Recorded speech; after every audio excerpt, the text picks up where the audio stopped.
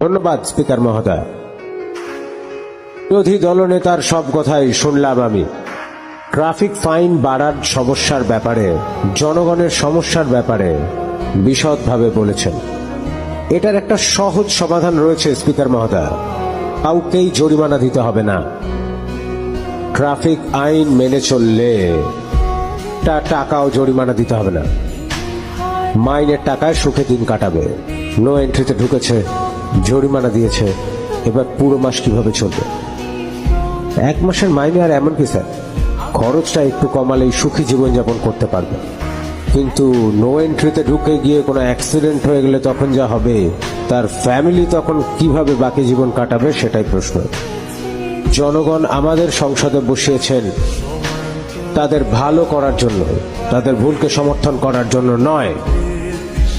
আমার বাবার মৃত্যুর পর এখানে আসার আগে